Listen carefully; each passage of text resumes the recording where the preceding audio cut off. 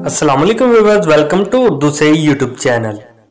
Like the video, subscribe my channel and press the bell icon to get notified. नाम है मुजम्मिल।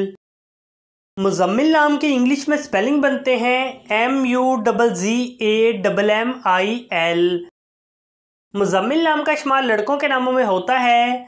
मुजम्मिल नाम लड़कों के लिए मखसूस है। मुजम्मिल नाम का मजहब मुस्लिम है। मुजम्मिल नाम के मायने हैं लपेटा हुआ, मुकम्मल शुद्ध, छुपाया हुआ। मुजम्मिल नाम के इंग्लिश में 9 हरूफ हैं और ये एक लफ्ज़ है। 9 वर्ड्स एंड 1 लेटर। मुजम्मिल नाम के उर्दू में 4 हरूफ हैं और ये एक लफ्ज़ है। अपने नाम का मीनिंग जानने के लिए कमेंट बॉक्स में लिखिए। चैनल को सब्सक्राइब कीजिए, वीडियो को लाइक और शेयर कीजिए। Thanks for watching.